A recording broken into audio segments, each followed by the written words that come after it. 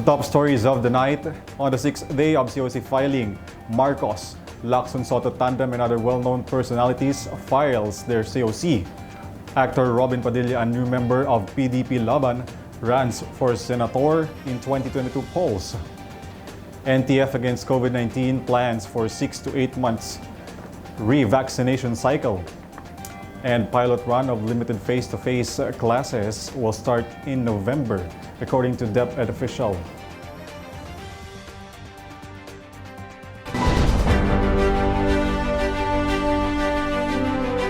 We bring you the latest happenings over the globe. Good evening, my name is Alvin Pelobello and this is Eurotv World News. Two big names for the presidential post have filed their certificate of candidacy on the sixth day of COC filing for the 2022 national elections. Former Senator Bongbong Marcos files his candidacy seeking for a higher post in the upcoming election. Marcos was accompanied by his wife, Lisa Araneta, inside the Sofitel Philippine Plaza in Pasay City. On Tuesday, Marcos announced that he is joining the presidential race in 2022. A statement made right after his oath-taking as the member of Partido Federal ng Pilipinas, an allied party of Duterte's administration. Another presidential aspirant, Senator Panfilo Lacson, filed his candidacy on Wednesday. Lacson was the first presidential aspirant who formally announced his bids in 2022 elections. He will be running under Partido para sa Demokratikong Reforma, a political party which installed him as their chairman in July. In vice presidential slate, Senate President Vicente Sotto III files his candidacy for vice president under Nationalist People's Coalition. Sotto was the vice presidential candidate and running mate of Lacson. Marcos, Lacson, and Sotto had fist-bumped inside the Sofitel as they meet during the COC filing. A total of 10 presidential aspirants filed their COC on the sixth day of COC filing. Only one vice presidential aspirant files today. Meanwhile, there are 13 senatorial hopeful who files candidacy. Well-known personalities on the list were former DPWH Secretary Mark Villar under Nacionalista Party. Senator Juan Miguel Zubiri files independently. Manuel del Rosario under Partido para sa Demokratikong Reforma. Dr. or Maria Dominga Cecilia Padilla under Partido sa Demokratikong Reforma. Herbert Bautista, a former Quezon City mayor under NPC, and Senator Joel Villanueva independently. A total of 32 party list aims to have a seat in Congress by the next year. Veteran actor Robin Padilla seeks for senatorial post under Partido Demokratiko Pilipino, Lakas ng Bayan or PDP-LABAN Kusi faction. According to PDP-LABAN Secretary General Melvin Matibag, Padilla will run under the senator under his party headed by Energy Secretary Alfonso Cusi. This Tuesday, Padilla took his oath as member of party along with his brother Romel Padilla, who's eyeing for a congressional seat as Nueva Ecija's 1st District Representative. Padilla has campaigned for President Rodrigo Duterte in 2016 national elections, a year before an actor was granted an absolute pardon in connection with his conviction in 1994 related to illegal possession of firearms. He also supported Duterte's long-time aide Senator Bongo's campaign in 2019. Padilla was not part of the initial senatorial slate of PDP-LABAN Kusi wing for 2022 elections. On the other stories, pilot implementation of limited face-to-face classes starts on November 15, 2021, says Department of Education. According to DEPED Undersecretary Nepomuceno Malaluan, there are already 59 schools that passed the assessment of Department of Health. The pilot run will be held at the low-risk areas in COVID-19 that initially will end up until December 22. Malaluan adds the DOH had a weekly assessment until they reach the initial 120 schools for pilot implementation. In September, President Rodrigo Duterte approves holding of face-to-face classes in areas with a lesser risk of COVID-19. There are a total of 638 nominated schools to participate in the pilot run, but only 120 schools were the government's initial target. Students who will participate are voluntarily and requires a signed consent from their parents, but Malaluan added that preferred students who will join the pilot test are from within the city or municipality where the school is located. Meanwhile, the National Task Force Against COVID-19 were seeking for a 6 to 8 months of re-vaccination cycle, says Vaccine Czar Carlito Galvez Jr. Galvez cites they are still waiting for the recommendation of the World Health Organizations and the Department of Health before they begin to administer COVID-19 vaccines booster shots. The government will most likely to begin administering COVID-19 booster shot on the first quarter of 2022, he said. Galvez emphasized they have expanded into 8 vaccination sites for minors. Added in the list were St. Luke's Medical Center in Taguig City and Makati Medical Center. The first 6 vaccination sites allotted for minors were the hospital in Quezon City, including National Children's Hospital, Philippine Heart Center, Fe del Mundo Medical Center, and Philippine Children's Medical Center, Pasig City Children's Hospital, and Philippine General Center, or Hospital in Manila.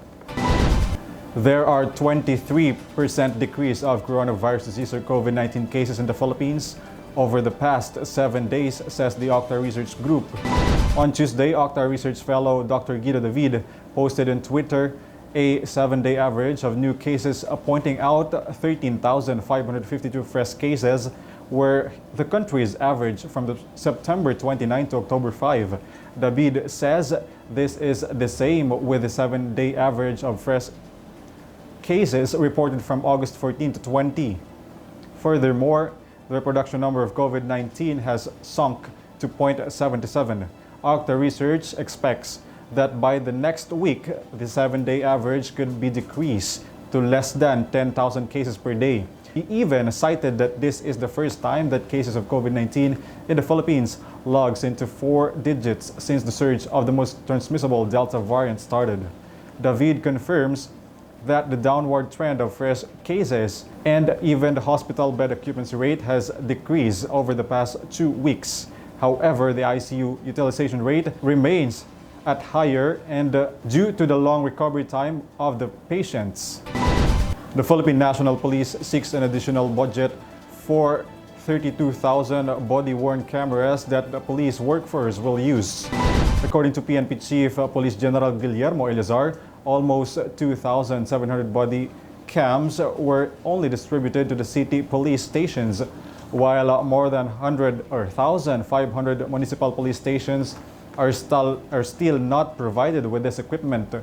Eleazar also explained that each set of body cams consists of 16 cameras that includes the system in command center.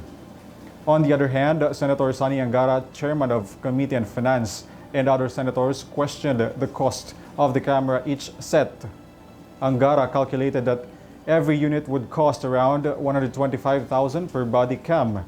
The senators advised Eleazar to submit liquidation in order to justify the expensive budget of the equipment. Senator Francis Tolentino, meanwhile, suggested to the PNP to clarify with the Supreme Court what type of alternative recording device the police workforce can use. The PNP implemented earlier this year the mandatory use of body-worn cameras. The Philippines' inflation rate slows down to 4.8% this September from 4.9% reported in August. The Philippine Statistics Authority says this is still the second consecutive months with highest inflation rate. Meat products doubled into 15.6%.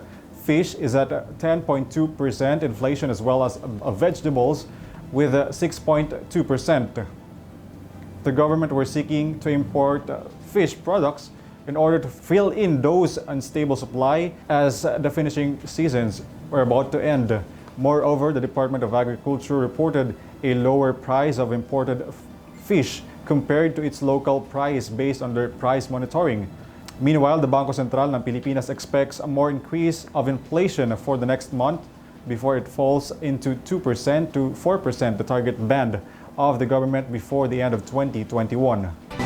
Starting November, the Singapore government will permit vaccinated domestic workers to enter the country.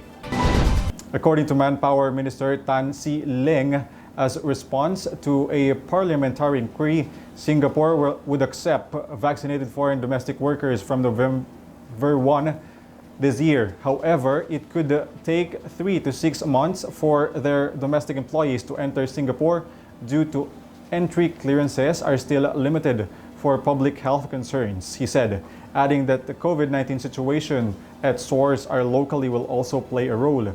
Minister Tan said that the Ministry for Manpower has completed rescheduling domestic workers whose entry permissions were postponed in May have been rescheduled and will be able to enter before the end of the year.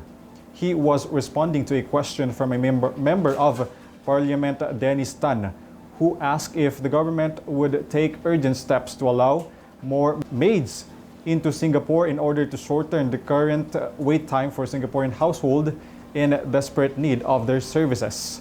Priority will be given to with urgent and difficult caregiving needs, such as those with sick and elderly family members, as well as those with special needs, he added. And according to July's statement, the trial program would include maids from Indonesia and Philippines. Here's the latest COVID-19 situations over the globe.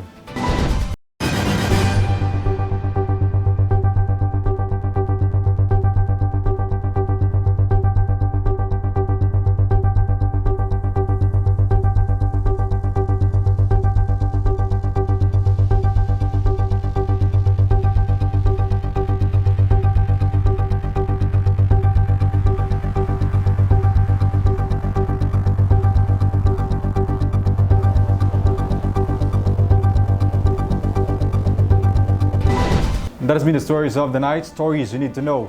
You can always check out our social media accounts for the latest happenings over the globe. Thank you for joining me this evening. My name is Alvin Pelobello and this is Eurotv World News.